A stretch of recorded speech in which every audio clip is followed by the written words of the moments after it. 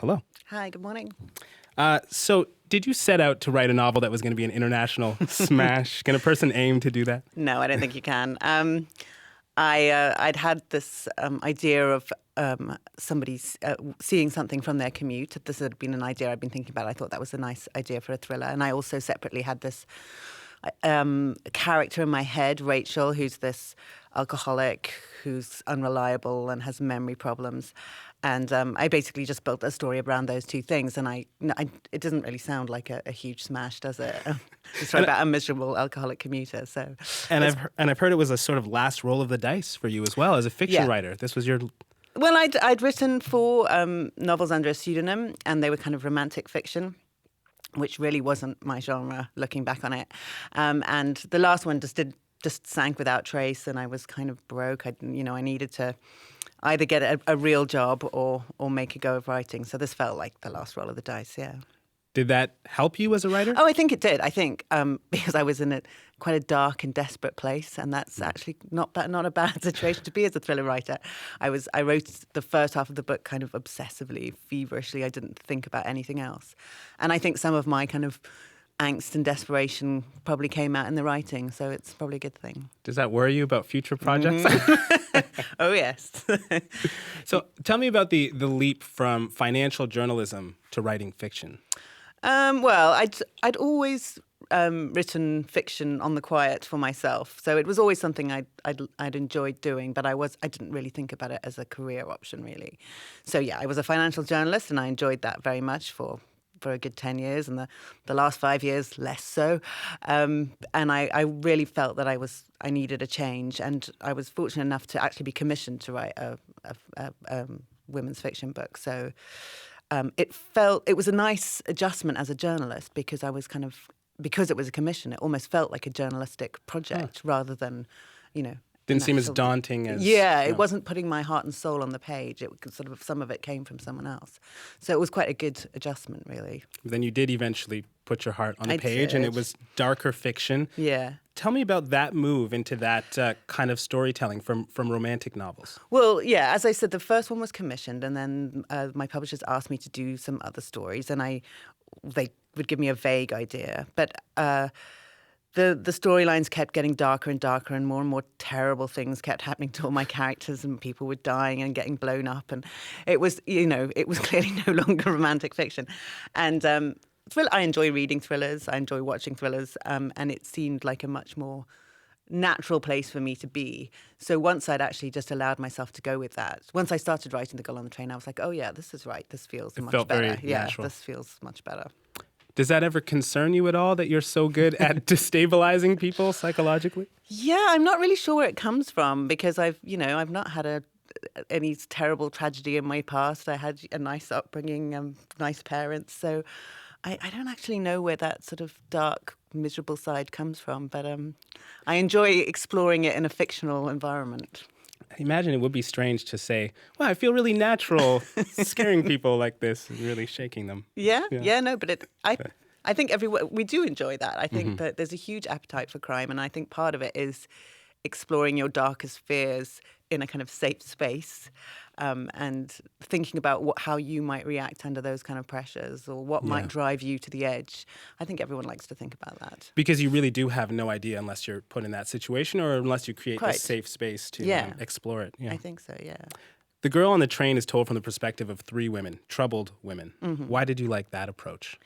Well, I started, as I said, I had this character, Rachel, in my head for a while. So I started with her, and then I had the woman that goes missing, Megan, and I wanted to create.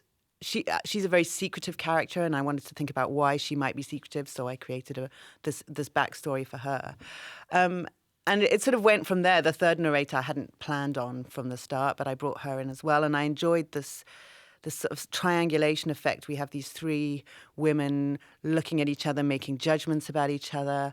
Some of these judgments are kind of internalized sort of social judgments. They almost seem slightly misogynistic at some points.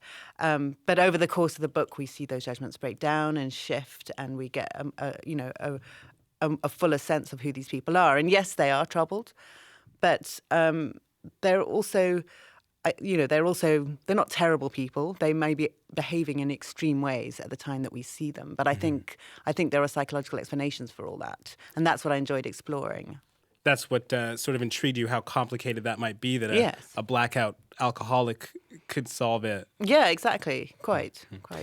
The Girl on the Train is the fastest selling novel in history. It spent adult novel in history. It spent 20 weeks in a row at the top of the bestseller charts.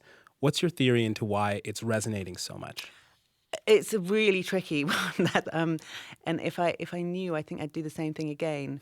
But I think that voyeuristic impulse is universal. I think we all do that. We all like to sit on the train and look at other people's houses, or you walk down the street and the light's on and you want to see what people are up to. I think we all have that sense. So I think that's something universal. The commuting experience is kind of universal.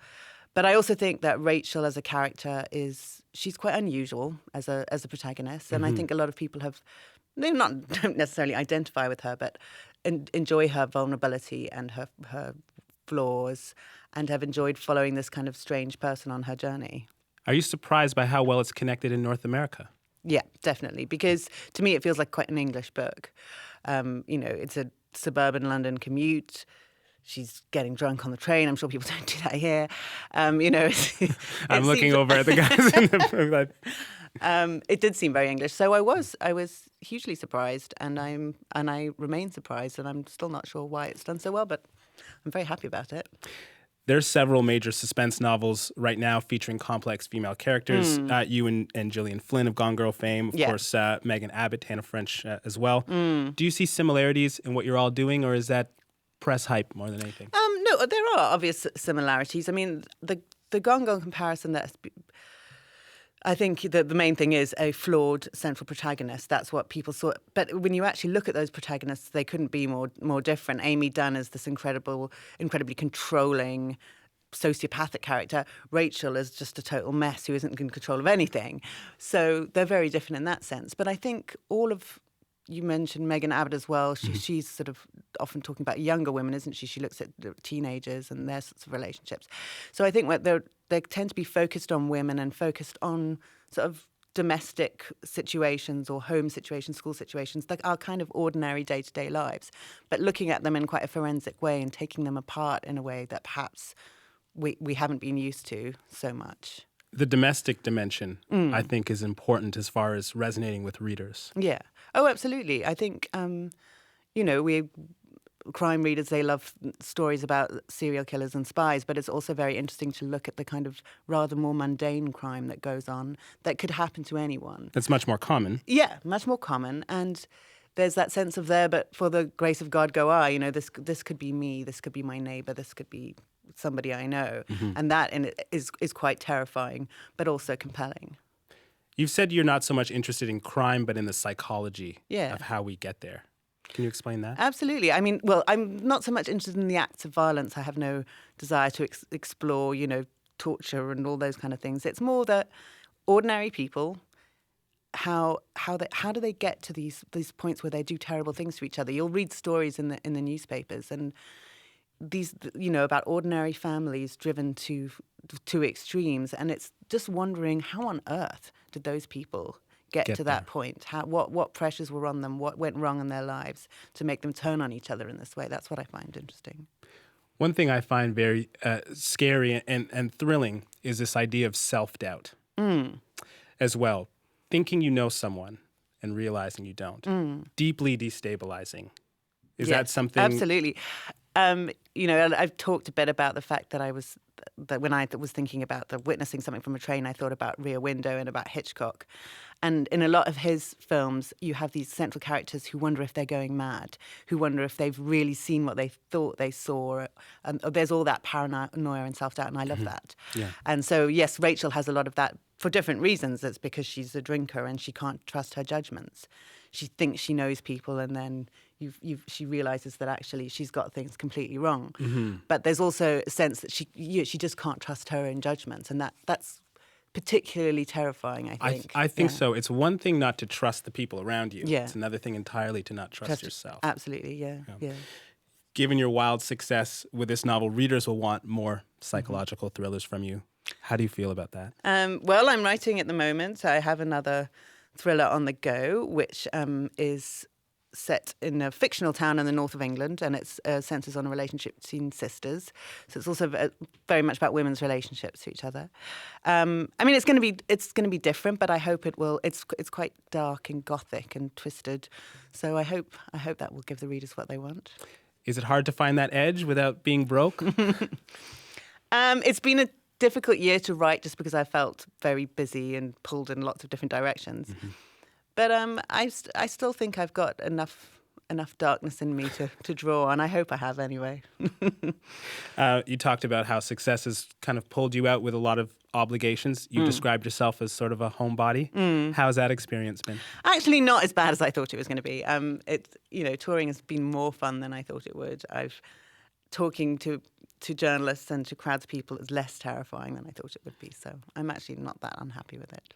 Well, congratulations on the novel and all your incredible success. Thank you very much.